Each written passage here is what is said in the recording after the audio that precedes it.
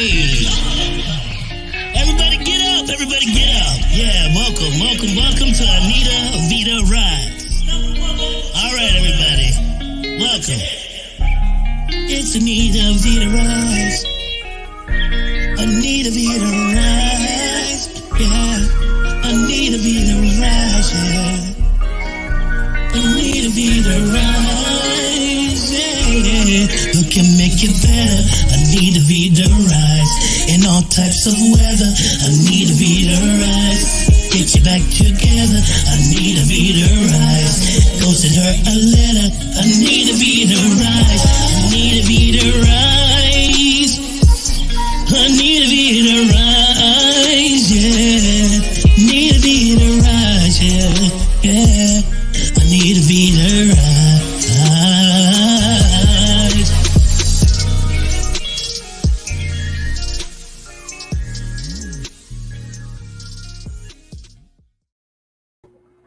Welcome to Rise with Anita Vita. I am your host, Anita Vita, Master Medical Qigong teacher and healer. I'm so grateful and thankful that you are here. As you know, this show aims to amplify women's voices, share their stories so that they become a ripple effect of healing to our world. My next special guest, she is such an amazing woman. She is a yoga teacher, a spiritual creativity coach, and a stand-up comedian here in Los Angeles. Please help me welcome Camille Aragon to the show, everybody. Hello! What's up, sister? Oh my gosh, so happy and grateful to be here. Thank you for having me on this amazing show of yours. You're most welcome, sister. It's coming full circle because I loved being on your podcast. Yes, I know. How many amazing connections have been made over the internet during this crazy time, you know? Like, who would have thought that being in quarantine, we would facilitate these type of soul connections that we might not have otherwise have come across. So there's always a silver lining, even in the strangest circumstances. Absolutely, absolutely. I really believe that it was just, gosh, it was meant to be. And I think that's what we just first talked about when, we were backstage together. Like, everything will always come and fall into place and be exactly where we are. So thank you. Thank you. Thank you for having me. Divine timing. Absolutely. So let my amazing audience know who you are, what you are up to, and come and inspire us. This is such a beautiful time for women to come together, and men too, to just hear our voices and share our stories. And I'd love for you to just shine your light on us, sis. Yes. Well, thank you so much. My name is Camille Aragon. I am based in Southern California, and I am a yoga teacher turned spiritual creativity coach and stand-up comedian. So in my work, I help people go from feeling creatively stuck to creatively fulfilled by utilizing practices that I myself have used in my own healing and creative journey. So one of the important through lines of my own wellness journey has been the practice of yoga. That has been something that has always been a catalyst for any type of healing or deep kind of transformational change that I'm seeking. Yoga has always been it's become over the years of my practice, this real pillar of my own ability to take care of myself and to look within. And I always tell people that without this type of practice and all of the other types of practices it has led me to, including meditation, energy healing, even being a recipient of the practices of acupuncture and trying practices like Qigong and Tai Chi, all of it has informed this ability to be present with myself and to ultimately learn how to regulate my nervous system, which is incredibly important in doing something that a lot of people find particularly terrifying, like public speaking, or in my case, stand-up comedy. Like, I recognize that it is kind of just like a very out there thing to do stand-up comedy. You have to have a lot of delusion in some ways to write jokes and then stand in front of people and kind of hope that they laugh. But without my practices, there is no way that I'd be able to handle the emotional kind of roller coaster that comes with being in the performing arts and to do something as vulnerable as stand-up comedy. So those are the ways that my journey have kind of integrated into what I offer. Definitely also influenced by being a California born and bred Filipino American. This is something that you and I both share and what we connected over. So there's definitely healing, I think, in the way that I grew up and in my personal story and the traumas that I've experienced. And a lot of the remedy for that has been through these practices that I have had the honor and privilege to learn over the years through my yoga practice, and then being able to share what is on my heart in a creative way, in a way that helps me to feel really free and honest and open and even like ridiculous in some moments, and just to have like this feeling of complete liberation and just creative expression is really beautiful. So I'm grateful for that, and I'm grateful to be here to share this these interests that I have and the passions that I've come across in my journey. So how does one get on that path? I mean, you're probably one of the most unique women I've ever met. Yeah. I think the last part about you, the last thing I knew about you, or I found out, was like, oh yeah, I do stand-up comedy. I was like, say what? That's cool. And and what do you, how do you even explain that to your family? I know. How do I explain it to my family? It's turned into a bit, actually. All of your passions. And I know it takes time. It definitely does take time. And I do feel like I did a lot of the things that checked off the boxes. I went to a good school. I studied and got advanced degrees, and I had this like kind of, I don't know, golden child reputation. And through a lot of trial and error, I realized what I didn't want to do. The trajectory of like my career path was really focused on education and international development at one point. And it wasn't in alignment with what I saw for myself and in my own life. I remember asking myself, 20 years from now, if I'm at a dinner party with the people I spend the most, time with, and the people that I want to be surrounded by, like, is it going to be this community or is it going to be like something else? And I really dreamt of being at dinner parties with artists and creatives and healers and people that are going to like sit around and like play music and tell jokes and, like have really cool stories from like being on tour with like, this music group. And that was what I envisioned. And I knew that I needed to make changes if that was what I saw for myself, because it wasn't in alignment with where I was. Where I was very respectable, and it was very much like a path that brought pride to my parents and my family because it had a certain level of recognition. But when I checked in with what I wanted, what was on my heart, it was something that was actually very different than the life I was living.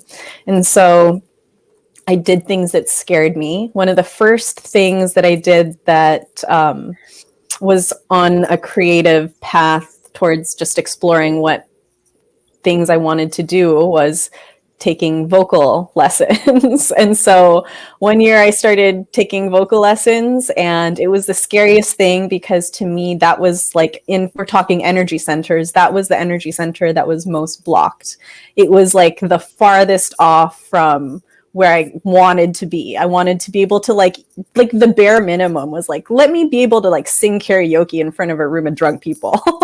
That was like my goal.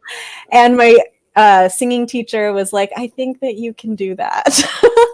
So I had a musical background. I played the piano growing up, but I was always afraid to use my voice for whatever reason, you know, I was conditioned to think I was a shy child, or that like I didn't have a good singing voice.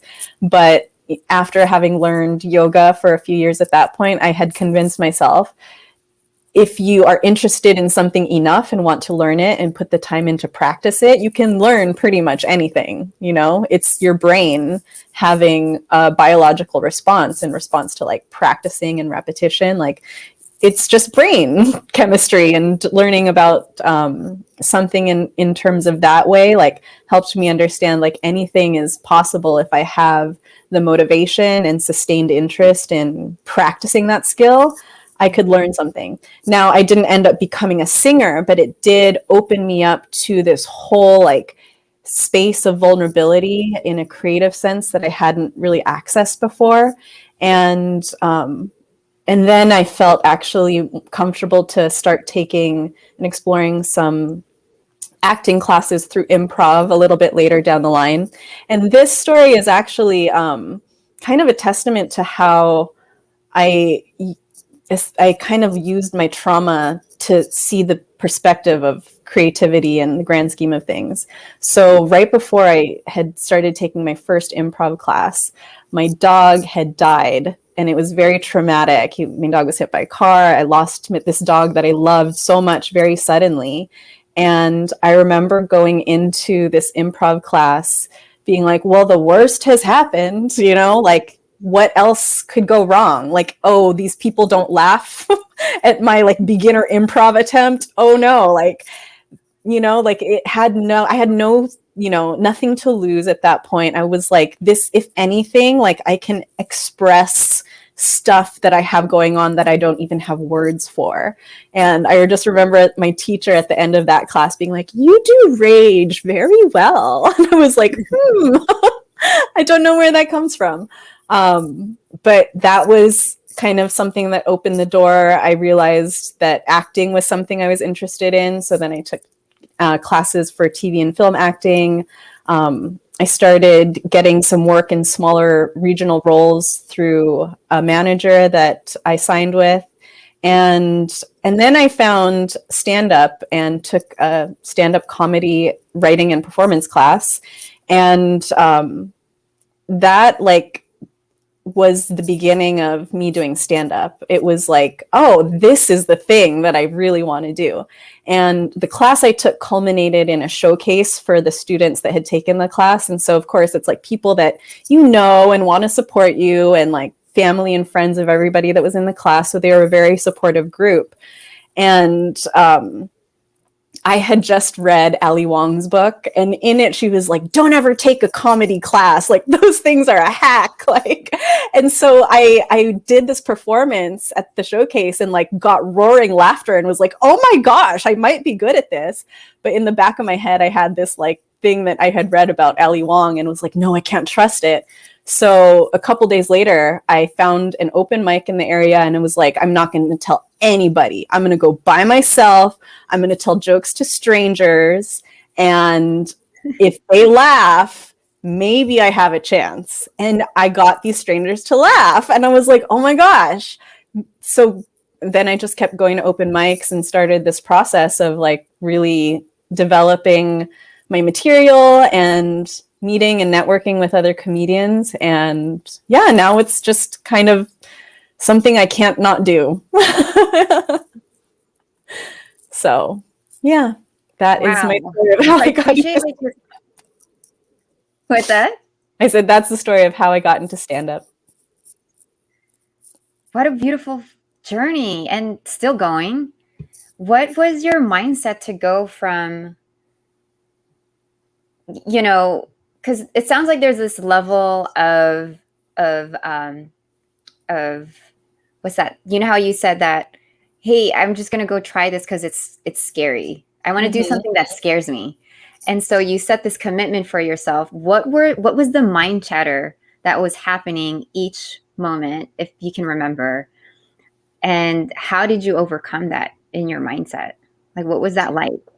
Yeah, I typically have two things that need to be checked off if it's something that I'm actually going to pursue. One is, does it scare me? And two is like, is it interesting to me? Like, is it something that I actually want to do?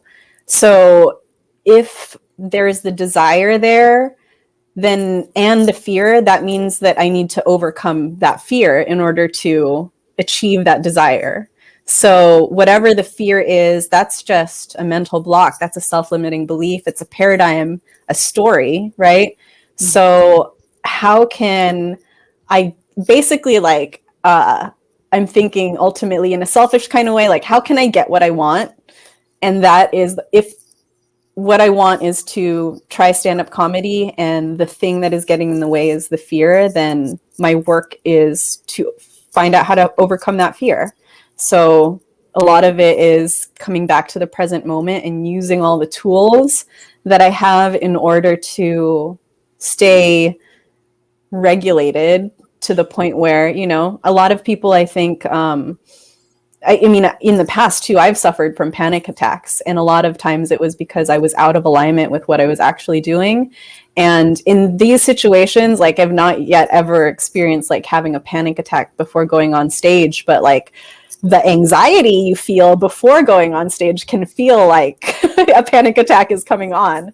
And so also as like an empath, a highly sensitive person, I can feel other people's nervous energy. So when I am in a green room with other comedians, I am using these energetic tools and breathing exercises to do the stealth work of just keeping my mindset focused on like, what am I here to do? I'm here to share this thing that I've created, this set, this material that comes from my truth, in the hopes that it will bring other people joy, you know, because if I didn't, right, some nights, yes, we bomb as comics and that's just a rite of passage, and not every show is going to be like the best show. But on the nights that you don't bomb, you're bringing people joy, you know, and it's a palpable, tangible feeling in the room. Like, everybody knows it. And that feeling is just so magical that, like, I'm grateful for that showcase, because I got this taste of like how just really like magnetic that type of energy is. And I can see why comedians gravitate towards that and want to continue putting themselves in this position of vulnerability in order to inspire that kind of energy in the room. Because yeah, it really is magical to be in a room where there's laughter in response to something that you alone have created as an individual. Wow. I know that feeling of laughter, right? When you're laughing, it is joyful. Mm-hmm. It is joyful. And to know that you were the person who created that, like, through you were able to bring somebody that quality, that spiritual quality, of joy and feeling. So I'm so grateful that you are doing this amazing work. I was just sharing with my husband. I was like, we got to go see Camille. She's out in LA. I just want to laugh. Yes. You know? Yes. We love comedians. Like, I really believe that is one of the greatest medicines, like laughter. For sure. And yeah. So how do you incorporate, like, you know, all three of your passions to stay creative, to still practice yoga, and now coach clients on bringing out their spiritual creativity, and you know, still being able to harmonize all of it, and you know, how, because it sounds like they all kind of interweave with each other. Yes, absolutely. Well, the first thing is just practicing my own self-care and making sure that I am coming from a place where I'm not drained or just kind of running low on my own energy. So just making sure I get enough rest, because I do teach yoga, and you know, at night I'm out doing comedy a lot of evenings. I do self-care some days by taking naps in the middle of the day, and just ensuring that I have that energy as a resource to kind of get me through, and so that I'm not showing up like depleted and kind of out of it. And then in terms of integrating all the things, so I'm one of those people, like, I am like this multi-passionate creative person that I have a hard time getting kind of like niche down or put into a box. And I hear business advice all the time of like, oh, you should have a niche, you should have a niche. And like, I get it. If I could have a niche, I would. And I've tried it, and it makes me sad to only do one thing at a time. I think that's a common just inner conflict that multi-passionate creatives have, is like, how am I supposed to niche down when I care so much about these things? Like, I can't imagine myself giving up yoga or teaching yoga, because that is something that is, I feel like, provides such a huge service to a community, and I love getting to support people in that way. I can't imagine not doing stand-up comedy, and the way that it has been integrated is by being able to develop this coaching aspect of my business, because I realize that we're not these different silos that operate independently within one container. We are just a container that has everything that is connected. If one thing is affected, it's very likely that other parts of your life will be affected. So how can we nourish the entire system and recognize that we as a whole are the gift? We as a whole are the offering. All the many types of gifts and talents that come through us are part of the greater whole, and we get to be of service to bringing it out there. So in terms of how I get to offer that now as an offering in my business is through the spiritual creative coaching program. So I have a course called Awaken Your Creative Genius, and essentially it is the way that I have been able to channel all of these different gifts, all of these different tools that I have had the privilege and opportunity to learn through the course of my life, and share that with students who are really looking to do the deep work and to develop these rituals throughout their day that are going to set them up to be in a position of being receptive to this creative inspiration. So it starts with a devotional practice in the morning. I offer yoga classes in the morning that are based off of a tradition of yoga called Ashtanga. I am very much an advocate for adapting this practice to each individual's needs. Traditionally, it's known as the sequence that can be quite rigid. I like to apply a very feminine, intuitive quality to it, and also to acknowledge that women have our cycles, and that should also be reflected in how we show up energetically for our practice. So that is part of the daily ritual, is developing yourself and tapping into your spirituality through a physical practice, through a breathing practice, through something that integrates all of these different parts of yourself as a devotional practice that you start your day with. I also offer in the program energy healing certification. So I'm Reiki trained, and it's a really beautiful process to see students take on this role of being their own personal healer that they can also share with other people through a really accessible form of energy healing. We do a lot of different creative activities. So one of the benefits of having so many interests is that I have a lot of really interesting creative friends who have come on to be guest teachers for my course. So I'm so grateful to have them contributing their knowledge and their expertise to help my students and those people enrolled in the program and watching the content to explore these different creative avenues that don't necessarily have to become a focus, but can always inform whatever creative pursuit or help you move through creative blocks if that's what you're going through.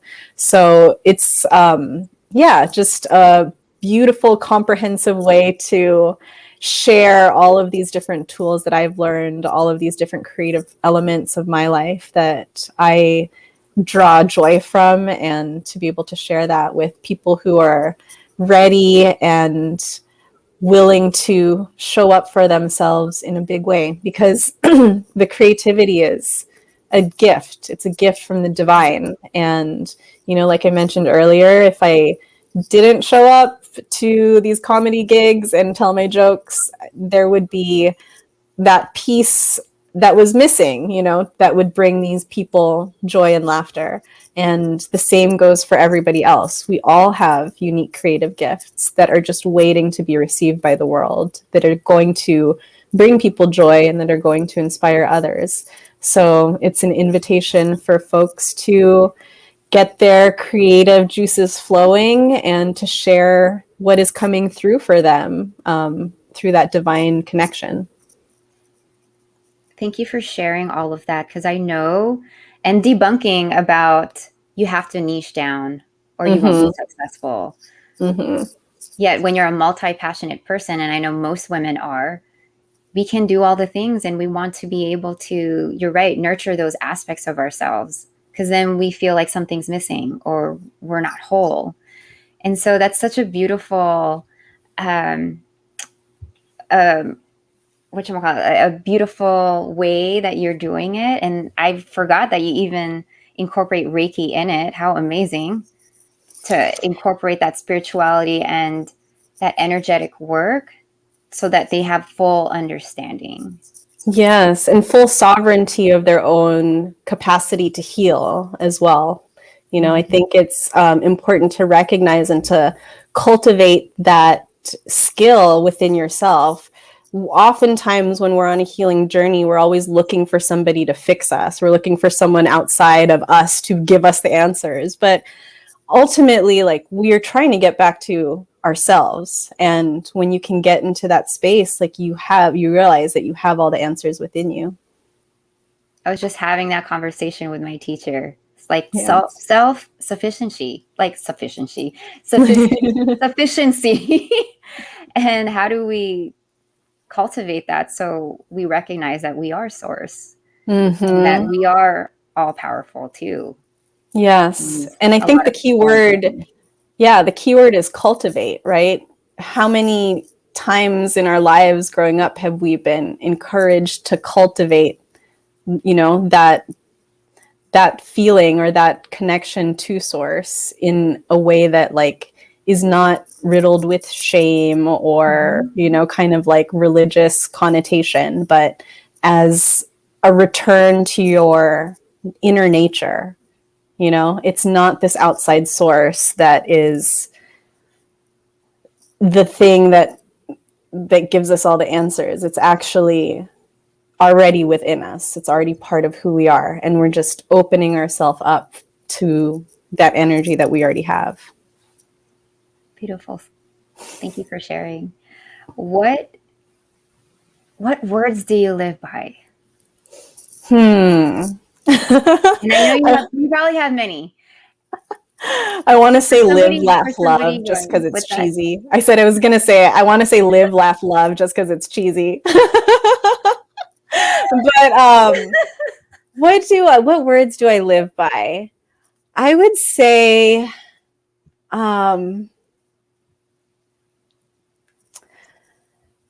to follow your heart.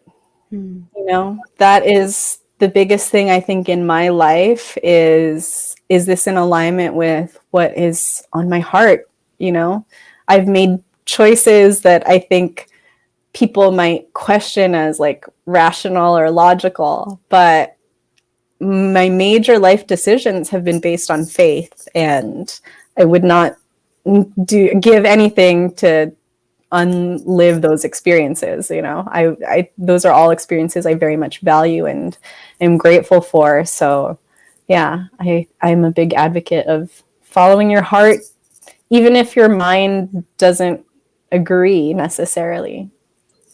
It's a leap of faith. You know, sometimes we're encouraged, or not even encouraged, but sometimes we're called to take leaps of faith, or we're invited to take leaps of faith. And our mind is the thing that stops us. And sometimes that can distance us from source and from being in relationship with the divine, because our ego, our small self, gets in the way. So yeah, follow your heart and trust in those leaps of faith. Beautifully said, sis. What does growth mean to you? And how do you apply it in your life right now? Ooh, that's a good question. What does growth mean to me? So growth to me is continuing to move beyond your current reality, to move beyond what you perceive, what your ego perceives as your limit. So growth is continuously leaning into your faith in spirit and in divine inspiration.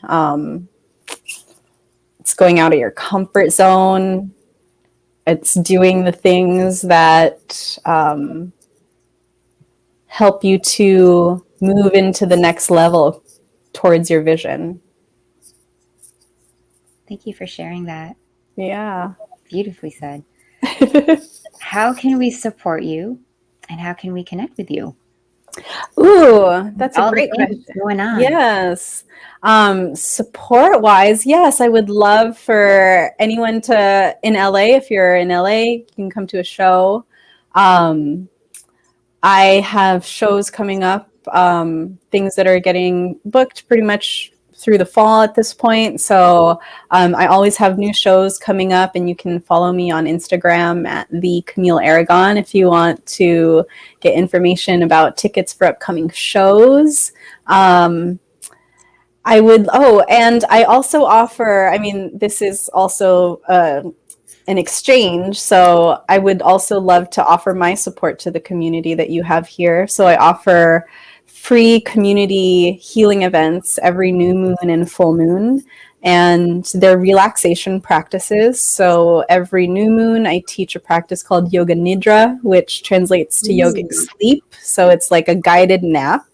And then on the full moons, I teach restorative yoga, which essentially is yoga resting on pillows, and you kind of nap in a really comfortable position. And each of those sessions also has energy healing integrated into it, and we do guided journaling practices. So the next one coming up is this Sunday, August 22nd at 2 p.m. I have them planned out through the rest of the year. So that's also all on my website at healingwithcamille.com. And I have a free gift for your listeners tonight too. So if they want to access a recording, a meditation recording, to energize the energy centers to facilitate your creative growth and expansion, I have that as a gift at healingwithcamille.com/rise for Rise with Anita Vita. But yeah, I think, support comes in all forms. It also comes in the form of just exchanging energy and connecting. So I would love to just connect with folks who feel called to connect. And, if you're into laughter and yoga and energy healing, come on over. Come hang out. Wow. First off, thank you for the gift. Yes. I appreciate you. I had no idea you were going to offer something to me. I love to be like the Oprah of, lead magnets. Yes. You get it. We are ready. Thank you. And we receive it all. And if you have any more, we also receive it. And wow, sis, thank you so much for coming on my show and just sharing your light and your love and your inspiration. You are a motivation to many, especially in times like this, where we're lost, where we feel controlled or losing control and don't know how to bring it back to center and really come home to ourselves. So I thank you for being here, and I look forward to staying in connection with you.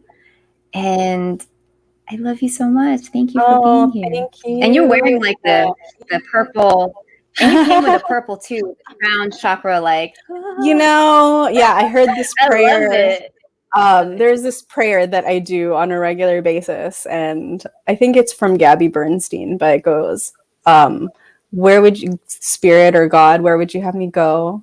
What would you have me say, and to whom? What would you have me do, and what would you have me wear? So I was like, Spirit said purple today. Wonderful. That's so awesome. Thank you. Can you drop that prayer for us too, please? For sure. Thank you, sis. I look forward to having you come back again. Oh my gosh, anytime. Appreciate you. Thank you again for being here. Was not Camille so amazing? She just brought so much gems and wisdom to her story today, and I hope you take advantage of what she has to offer and the gift that she so lovingly and so graciously gave to us. I appreciate you for being here. As always, I root for your rise, and if you feel like you're lost and you don't know how to connect with what's going on in our world, you can always reach out to me, you can direct message me, follow me at Anita Healer on Instagram, at Nurses Rise on Instagram, as well as Anita Nacion Vita /RN on LinkedIn. I appreciate you guys. I hope you have a beautiful night. Bye. Anita Vita.